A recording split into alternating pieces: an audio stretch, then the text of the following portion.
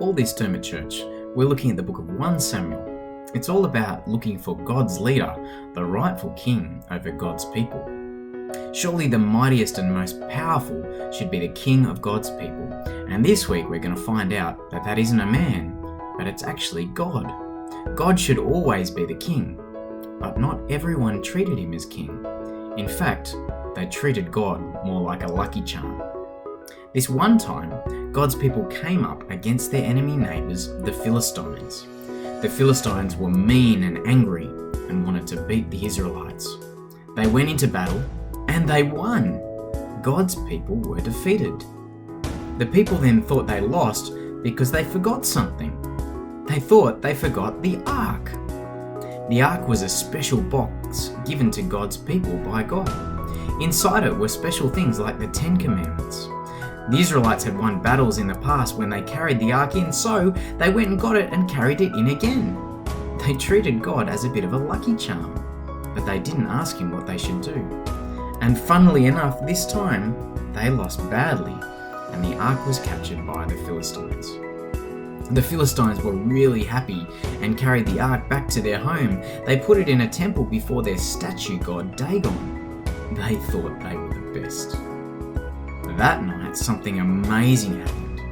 The next morning, when the Philistines came in, they found their statue god flat in his face, looking like he was bowing before God's Ark.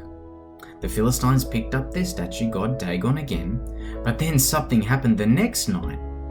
The next morning, when the Philistines came in again and found their statue god Dagon on his face again, but his head and hands were broken off this time. Then God made all the Philistines sick.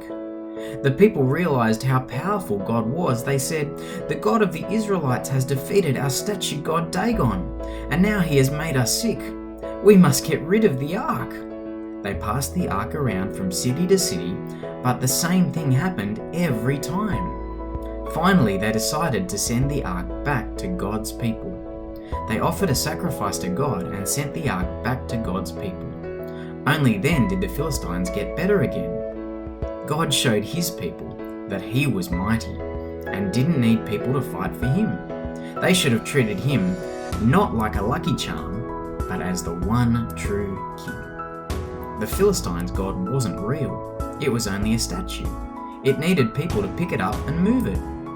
But God is a real God, and he did not need people to fight for him, and he doesn't need us to fight for him. In fact, we need him to fight for us. And God did that when he sent Jesus to die on the cross. And he won the battle over our sin.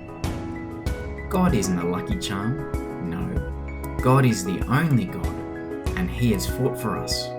So if you trust in him, you have nothing to fear, because he has won the battle against sin for us.